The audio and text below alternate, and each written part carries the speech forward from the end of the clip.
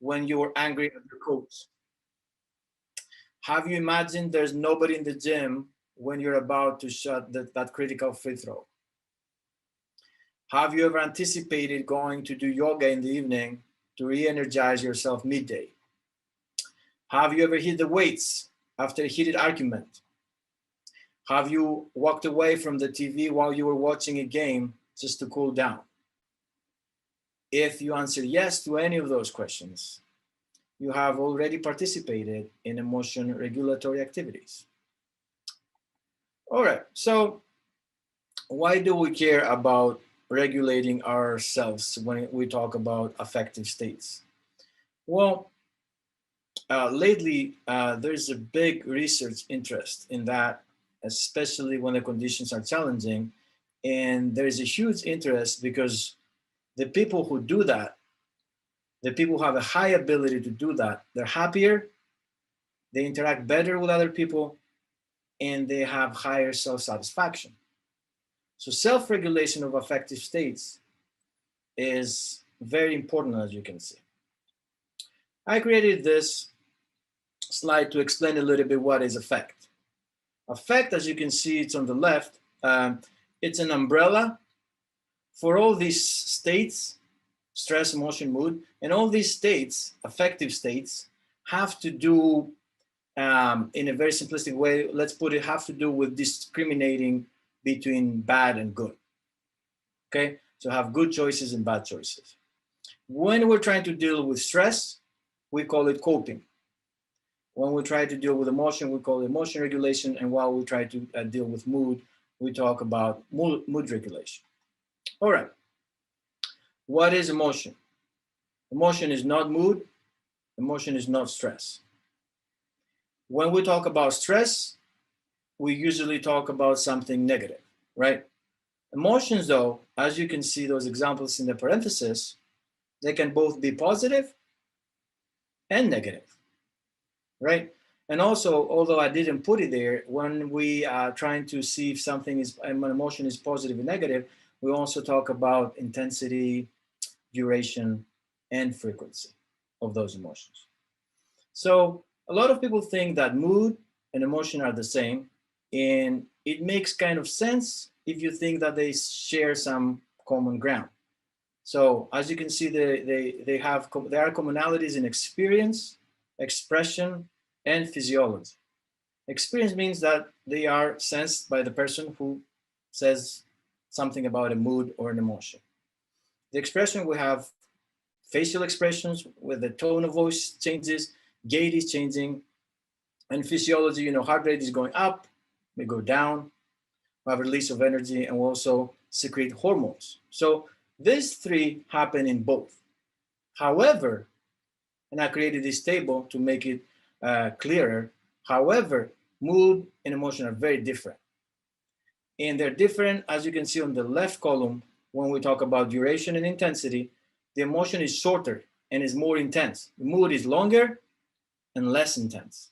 Think about sometimes you will say, I'm in the mood of this or that, or I feel like that. And when you say I feel like that, is more emotion. When you're in the mood for something, we talk about moods, right? We'll talk about time. The time course of emotion is distinct. You know when it started, you know when it peaked, you know when it stopped. Mood, not so much. It builds up gradually. Why it happened and what is it about? When we talk about emotions, it's pretty distinct. This happened and that's why, right? When we talk about mood, sometimes you don't even know why, right? Sometimes people ask you, why are you like this? And I'm like, I don't know. Just woke up like this. I don't know. And then talking about information and when it's coming from, emotion usually something happened in the external environment. Mood is something that happened in the internal environment. So maybe you started thinking about something and gradually build up to a mood for that day. Okay, so hopefully this table helps you understand that although mood and emotion share some common ground, they're very, very different. And today we're talking about emotions. We're talking about emotion regulation. All right, why do we even care? Why do we need it? Well, we have plenty of emotions, right? And whatever emotion it is, positive or negative, it can be used in a useful way, but also it can be hurtful. Last time we talked about a player, that basketball player that couldn't control his emotions and he tensed up too much, missing the 2 free throws, right? So that's hurtful. Useful, let's say you feel joy or you feel appreciation being there and playing golf, and that helps you optimize all the information that's coming from all over the place and the shot.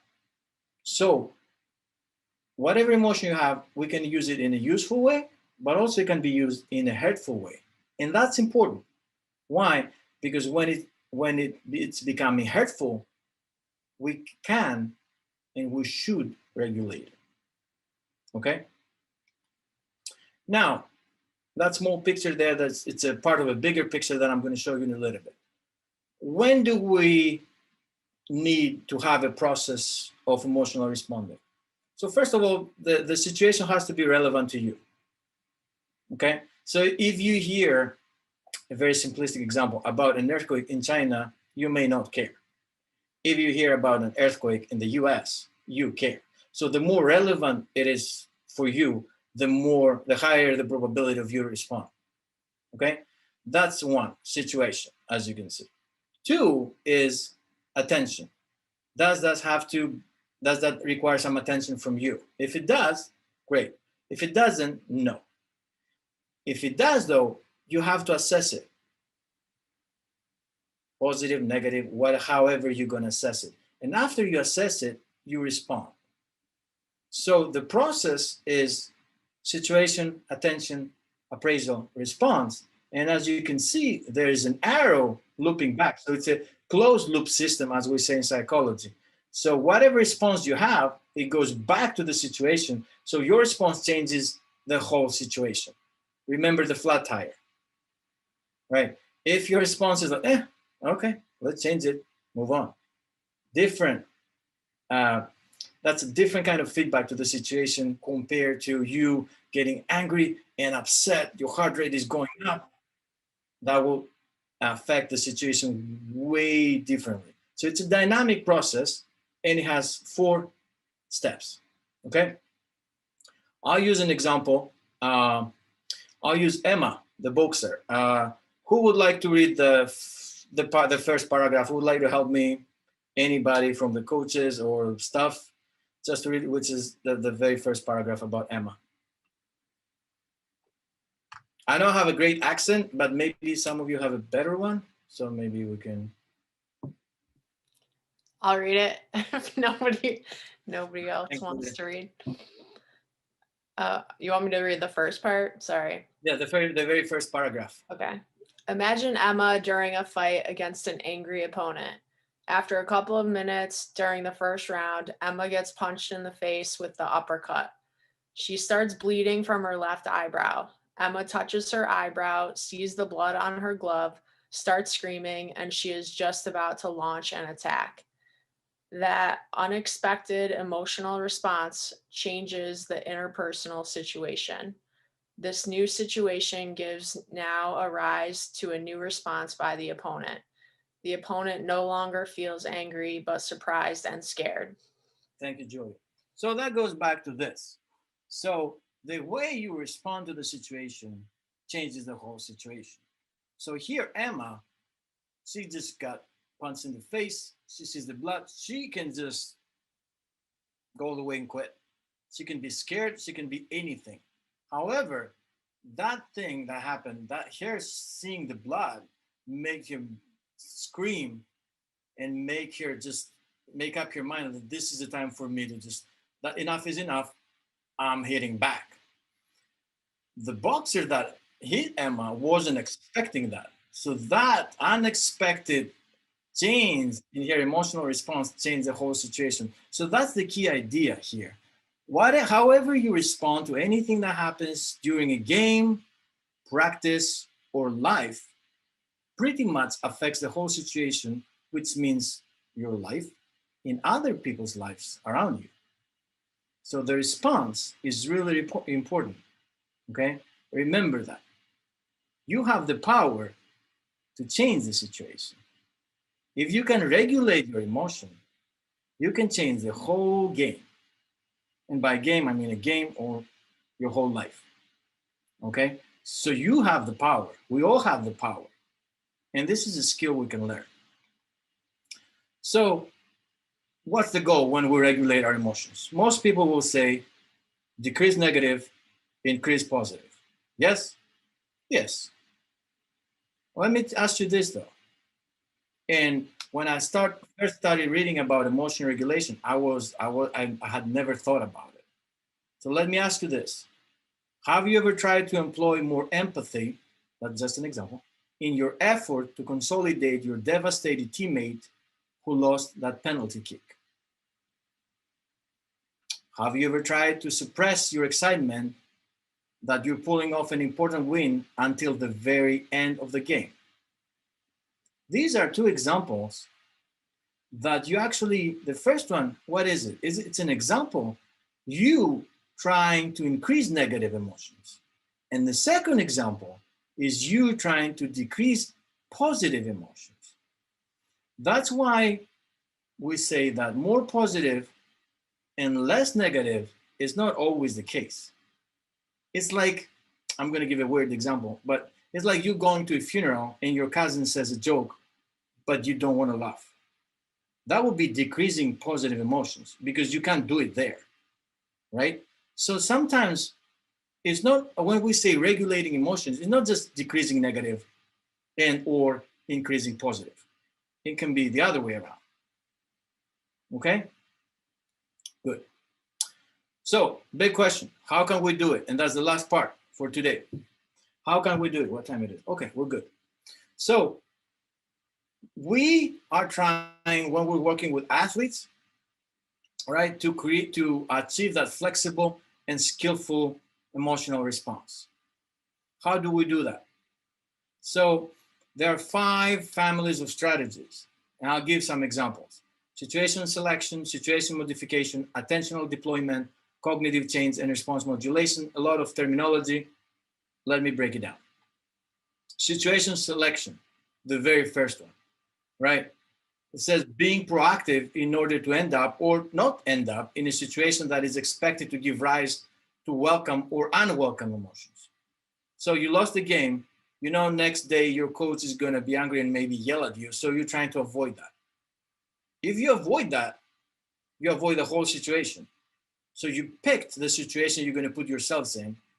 And by doing that, you're not going to have those negative emotions, right? So the very first thing we can do is be proactive and pick the situation we're putting ourselves in. So if you know a situation is going to create negative emotions and you can avoid it, avoid it. Okay?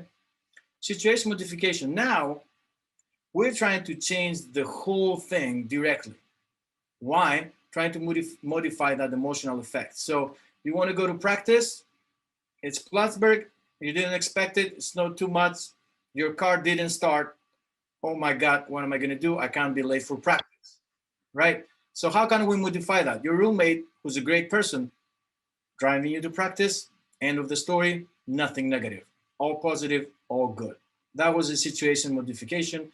And after you modified it, the emotional effect was modified, we're good. Third thing, now we're trying to direct the focus, we direct the attention to something else in order to, again, influence our emotions. We're losing. It's halftime, coach comes in, they're like, come on, guys, come on. We've done this before, we can do it again. Last week, we beat a way better team. What is going on today? Let's go, we can do it. I'm believing you, you have it inside. You remember what happened last week, right? So now we're focusing our attention, not that we're losing in the first half, but that we're great, we've done it before, so we can do it again. For us, a lot of times that's called distraction, which is good, right? But that's something that you can do yourselves as well, right? After losing a game or during halftime, you can distract, and by distracting, your negative thoughts, what are you doing? You are shifting your attention to something else, which can influence your emotions in a positive way. So that's the third family of strategies. What's the fourth one? The fourth one is that's called cognitive change. So we're trying to change how you assess the situation, whatever happened or happening right now, to change the importance. How many times we've said, this loss is a great opportunity for us to learn. We didn't lose, we learned. Okay, what are we doing? We take the same situation and we appraise it differently. We call that reappraising, right? And that's another great strategy to switch from negative to positive, or to regulate your emotions. Let me put it better, in a more optimistic way, in a better way, in a more positive way. Okay, so a lot of times something happens to us. Let's say you missed your flight, right? You can just be really upset about it, be really angry about it, be really unhappy about it, or you can say, well, you know what? I guess it wasn't meant for me to catch this flight. Okay, I may pay $200, but these 2 extra days that I'm going to stay here, I'm going to enjoy it, and I'm going to do the best I can with what I have. And next time, I'll just start driving to the airport half an hour earlier. Okay, that's reappraisal. And the last thing is response modulation. So here we're trying to influence the response. So it has already happened. We're trying to influence the response directly. Okay, what can we do? We can just exercise. That can may help us calm down, for example. We can use deep breathing. That's a relaxation technique. Or other people, and I'm not advising that, they use alcohol, drugs, or food to change how they feel. Okay, that's why it's called response modulation. And another example that we really study in this category, in this strategy, in this family of strategies, is called expressive suppression, is when people are trying to intentionally suppress the expression of either positive or negative emotions, okay? And sometimes they do it like by drinking alcohol, okay? All right, so I created this slide. I'll put everything up there. You see the 5 families of strategies, and then you see the 4 steps in the process of emotion regulation. If you have any questions, again, I'm right here. You can talk to me through the chat room, or if it's something personal, I'll give you my contact information at the very end, so please feel free to email me. These are the take-home points for emotion regulation. Self-regulation of affective states is related to overall life satisfaction, human social interaction, and global happiness. Emotion is not mood or stress. Sometimes emotions can and should be regulated. The process is situation, attention, appraisal, response, and then it goes back to the situation, okay? The 4 goals: decrease negative, increase positive, but also decrease positive or increase negative emotions. And the 5 strategies: situation selection, modification, attentional deployment, cognitive change, and response modulation. So